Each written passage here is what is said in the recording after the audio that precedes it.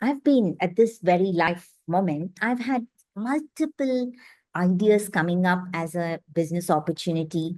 And there are also personal and professional challenges or balancing that I would want to do, given that I've recently moved into being a mother of twins. With all of my life expectations changing at this point in time, and at the same time, my professional aspirations have not dwindled, there is certain things that I've been doing, and I thought that'll be a good opportunity to share through this video. First thing is, just because there are different life circumstances, it does not mean that you got to reduce what you want to achieve or reduce your aspirations.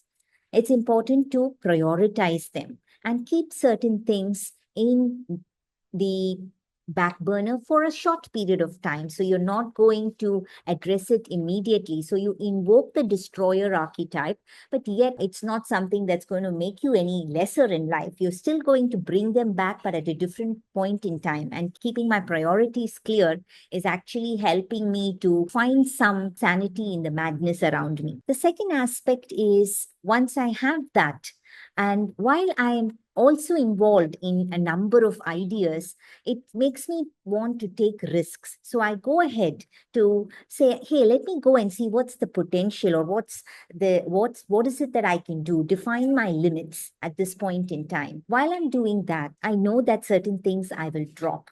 But at that time is where the emotional maturity within me is helping me to be comfortable or be neutral to what the things I drop, so that it doesn't demotivate me. I'm okay if I'm not doing it. I take risk to see what is it that I can do when there is so much of chaos around me, but yet I'm comfortable to practice self-compassion and curiosity. It's not going to put me down just because I did not do it. So these are two aspects that I've been thinking about, especially at this point in time, and I thought I should share it with all of you here.